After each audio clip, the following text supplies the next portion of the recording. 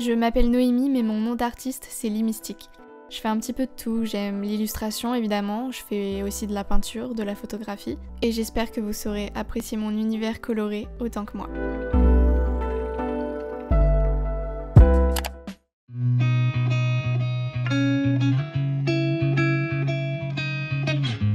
Bien arrivé à Vienne, devinez qui a perdu 3 heures à chercher une pharmacie parce qu'elle a une énorme ampoule à son pied, que c'est un jour férié aujourd'hui et que toutes les pharmacies étaient fermées. Mais je vais faire mon carnet du coup, comme ça je vais prendre de l'avance. Et voilà les news. En tout cas dans notre Airbnb il y a une cour qui est franchement très verdoyante, donc c'est plutôt agréable.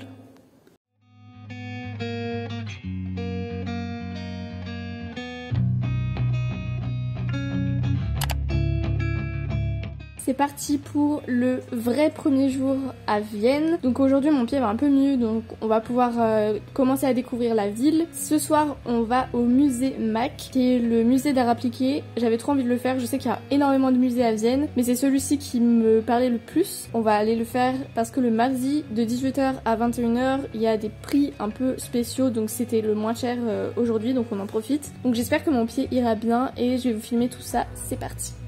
Et pour le petit déj, j'avais très envie de goûter ça. On a trouvé ça chez Lidl parce qu'il y a des Lidl à Vienne. Et je vous mettrai le nom juste en dessous de ce que c'est. En tout cas, ça a l'air super bon.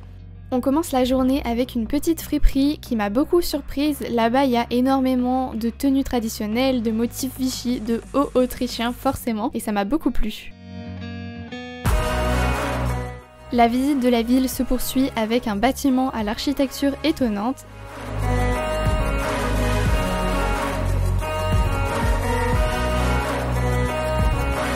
Et puis comme à notre habitude, on a fait un petit parcours pour découvrir tous les lieux et monuments emblématiques de Vienne. On est passé vraiment devant des merveilles. L'architecture là-bas est extrêmement belle. Donc je vous invite vraiment à faire tous ces monuments qui sont très grandioses et sublimes à voir.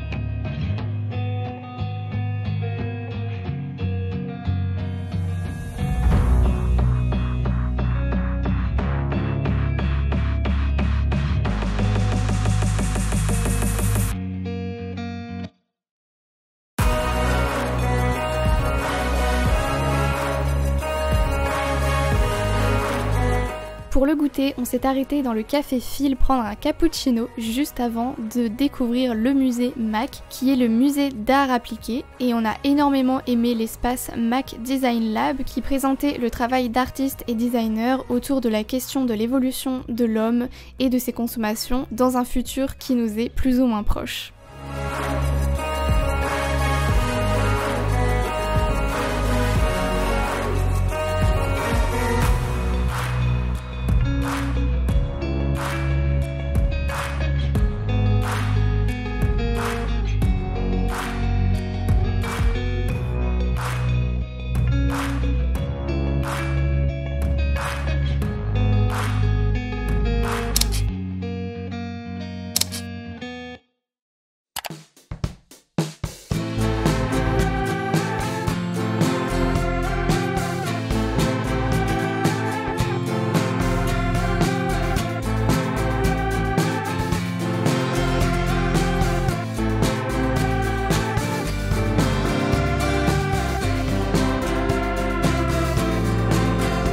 Aujourd'hui c'est la deuxième vraie journée à Vienne et du coup ce matin on a décidé d'aller jusqu'au village de Grinzing, qui est un village apparemment assez pittoresque et plutôt mignon. Pour l'instant on n'a pas fait grand chose là-bas, mais du coup on a décidé de grimper jusqu'à un point de vue qui était dans les collines. Donc on a traversé les vignes de Vienne et tout, c'était très mignon et il y avait un point de vue assez grand sur tout le paysage et la skyline de Vienne, donc c'était très beau. Et là du coup on est en train de redescendre, on a mangé un bout en route et cet après-midi on va refaire des monuments de Vienne. Ce soir, normalement, on devrait aller à une grande fête foraine qui est permanente. Je vous en reparlerai, mais en tout cas, ça va être trop bien.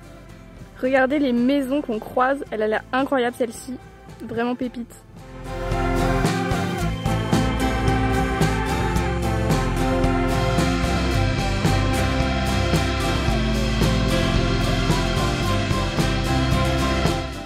Juste après la randonnée, on a décidé de faire un tour à la Maison des Papillons. J'adore les serres tropicales et donc c'était un incontournable pour moi. C'était absolument magique de les voir virevolter tout autour de nous. Il y avait des papillons de toutes les couleurs, de toutes les formes. J'ai vraiment beaucoup aimé ce moment.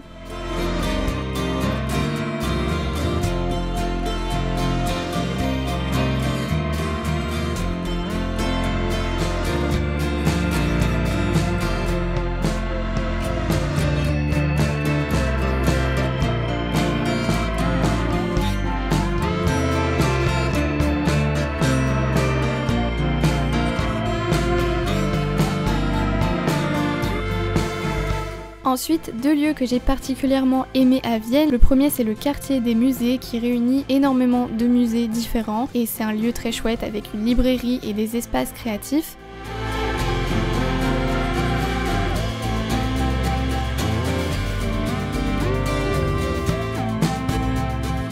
Ensuite, le soir, on est allé à la fameuse fête foraine permanente qui est vieille de plus d'un siècle et il y avait des attractions trop chouettes. On s'est motivé pour en faire certaines parce que j'adore les attractions à sensations et franchement, c'est un super endroit pour passer une bonne soirée.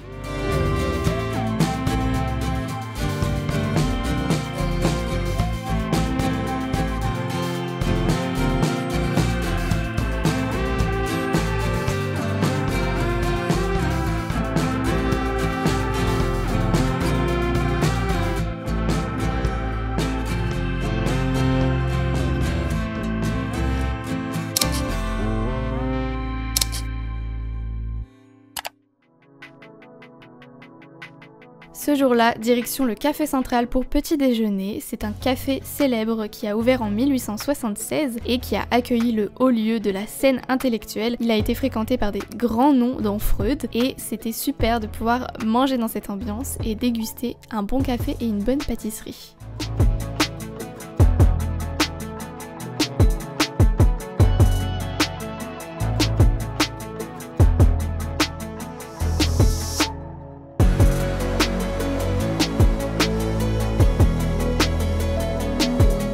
Pour le reste de la journée, c'était balade dans la ville et surtout baignade dans le Nouveau Danube. C'est un lieu super chill où plein de gens se retrouvent pour se rafraîchir et pour entrer, on a juste longé le fleuve.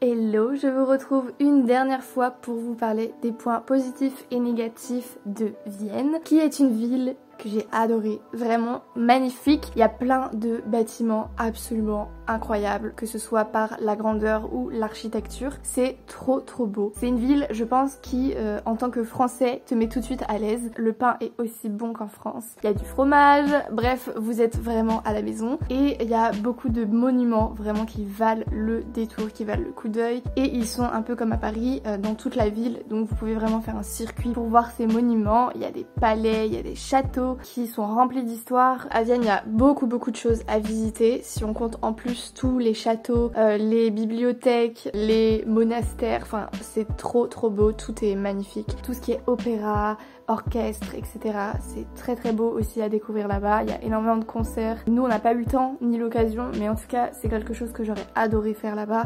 L'opéra notamment, pour lequel vous pouvez rentrer en dernière minute pour quelques euros. Ça vaut vraiment le coup. La ville est assez grande aussi. Il y a le Danube dans lequel vous pouvez vous baigner. J'ai trouvé que l'ambiance était cool aussi. Le petit point négatif, c'est que c'est un peu pareil dans les deux autres pays aussi, que ce soit à Berlin ou à Prague. Il n'y a pas de tarifs genre moins de 27 ans. Il y a des tarifs réduits pour les étudiants, mais du coup faut être absolument étudiant, avoir une carte étudiante, etc. Et les gratuités sont en général pour les moins de 19 ans. Et ça fait bizarre parce que quand on est habitué à Paris avec tous les musées gratuits presque pour les moins de 26-27 ans, et ben là devoir payer à chaque fois 10-15 euros pour visiter, c'est vrai que ça fait un budget assez élevé au niveau culturel. Donc c'est pour ça qu'on n'en a pas fait beaucoup aussi. J'ai aussi l'impression qu'il y a une plus grande place qui est pour l'inclusivité, contrairement en France. Là il y avait carrément des feux de signalisation qui présentaient genre 2 hommes ou 2 femmes à la place de l'unique bonhomme vert qu'on peut voir en France. Je trouvais ça trop cool. Vraiment, je pense que c'est des villes où tu te sens bien, où tu peux te sentir toi-même